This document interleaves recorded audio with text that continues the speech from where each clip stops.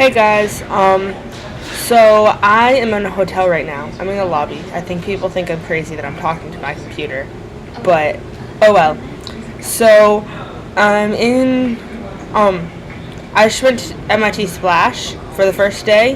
There's 2 days, but finished the first day. It was fantastic.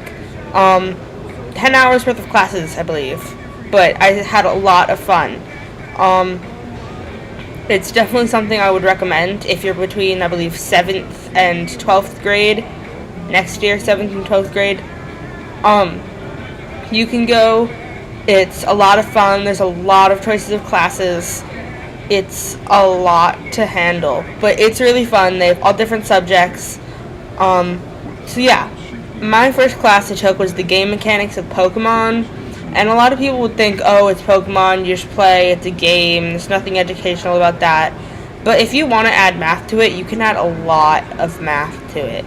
Like, there are all these different formulas for how often you can get a shiny Pokemon, or what the formula is to catching a Pokemon, or the critical hit ratio, and all sorts of stuff like that. The class blew my mind on how much math you could add to Pokemon. Like, you can play Pokemon without math, but then you could add all this math and figure it out beforehand, and then mathematically figure out what the best thing to do was. For any of you Pokemon fans, did you know that you can use a level 1 Chansey to defeat a level 100 Charizard? Like, under super specific, perfect circumstances, you can actually do that. Like, whoa. Like, one hit KO, like, kind of defeat. Like, whoa. But yeah, so that was my first class. It was a lot of fun.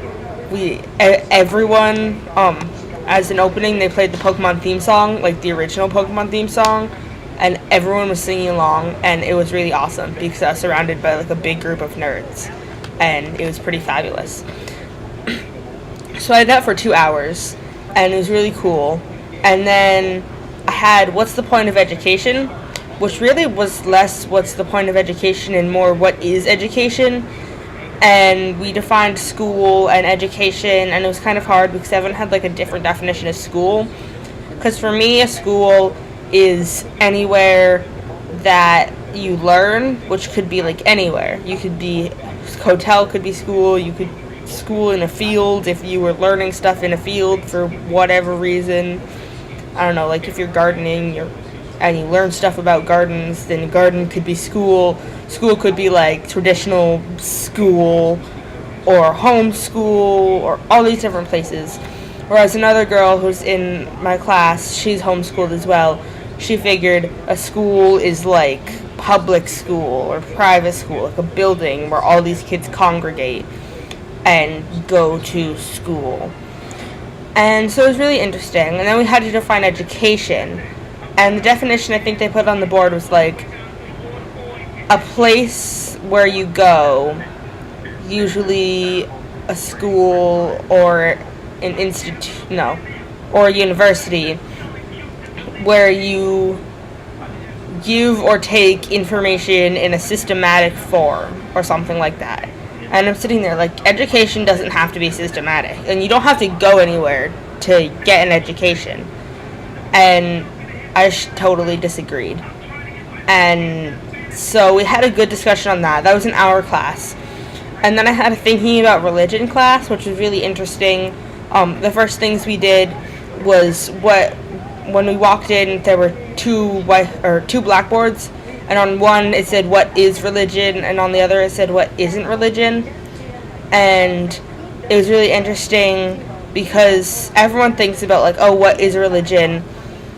And another example, like, what do I believe about God is one I've heard. There's a Dan Brown video on it, what I don't believe about God. I'll try and put the link to that in the description below. That was very interesting. But it was very interesting to look rather at what is it, what isn't it. And there were some people that were like super creative about it, and then there were some people that were just like, well, cake isn't religion unless you have a religion centered around cake. and I'm sitting there like, well, really? But yeah, so that was fun. I had that for an hour. And then I had a class called Speedy Delivery, an introduction to ethics, the trolley car problem, and why we can't have nice things. And that was really interesting because it was about, like,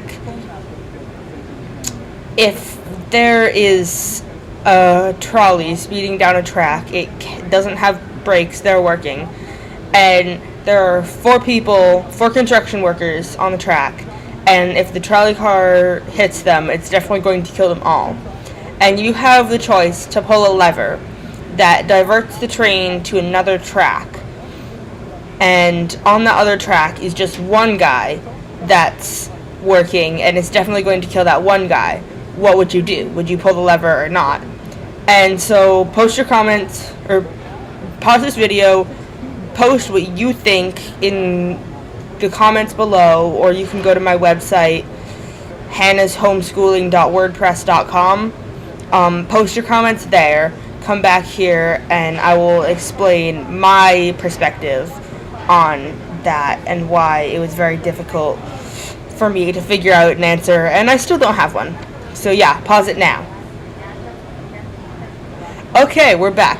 So, in my opinion, if you didn't do anything, if I didn't do anything, I would still feel responsible for the deaths of those 4 people, because I could have saved them.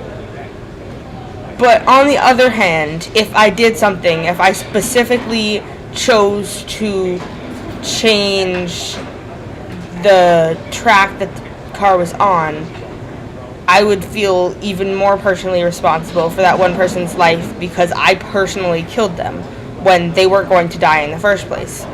On the other hand, I also feel like 4 lives are more important than 1 life, because everybody's life is equal, and that'd be like 4 is more than 1.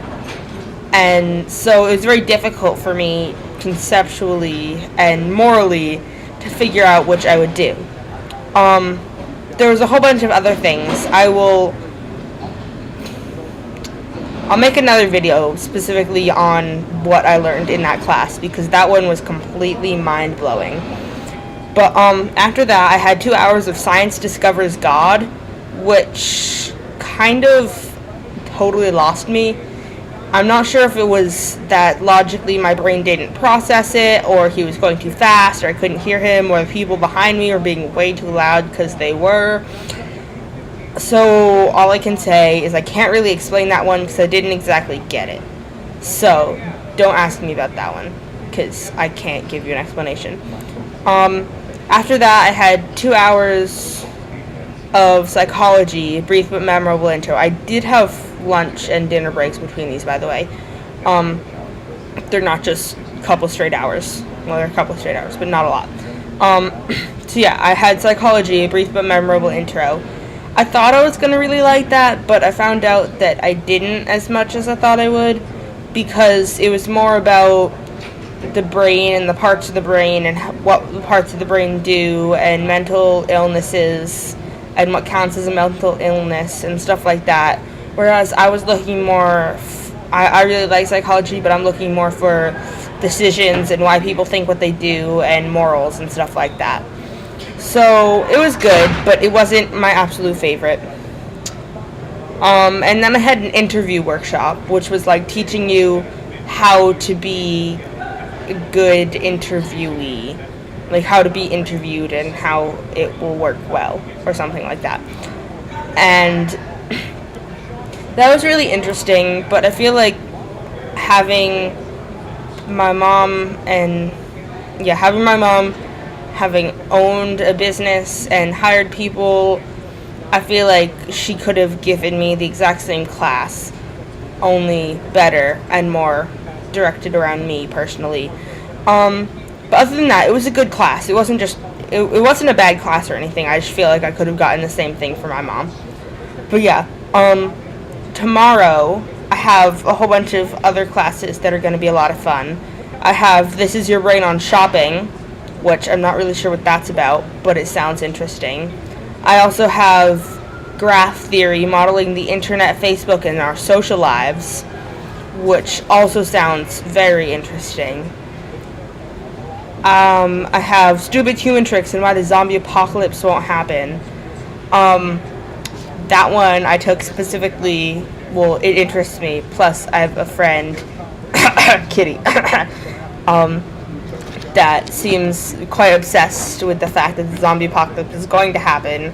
And so now I will be able to specifically disprove him. Then I also have the science of everything. Introduction to character recognition, which is like when you draw out a character on like an iPad or something, like a character as in a letter, how your computer recognizes that. Then I have the fundamentals of magic, and my last class tomorrow is Firestorm, 10 classes that really shouldn't be done in an hour. And so that's going to be really interesting, because I'm going to have like 10 6-minute classes, and what can you teach in 6 minutes? I'm interested to know. So there were a lot of classes that I wanted to get into, but I didn't. But it's okay because I really like all the classes that I got into. Some of them I'm not 100% happy with, but I'm glad I got this experience. Anyone that has the chance should definitely try and go to Splash. It's a lot of fun. It's really educational, but not in like a boring educational way, in like a fun educational way. So I will try and update you tomorrow on what classes I had and what they were like. So I guess this is goodbye. Okay, talk to you later. Bye.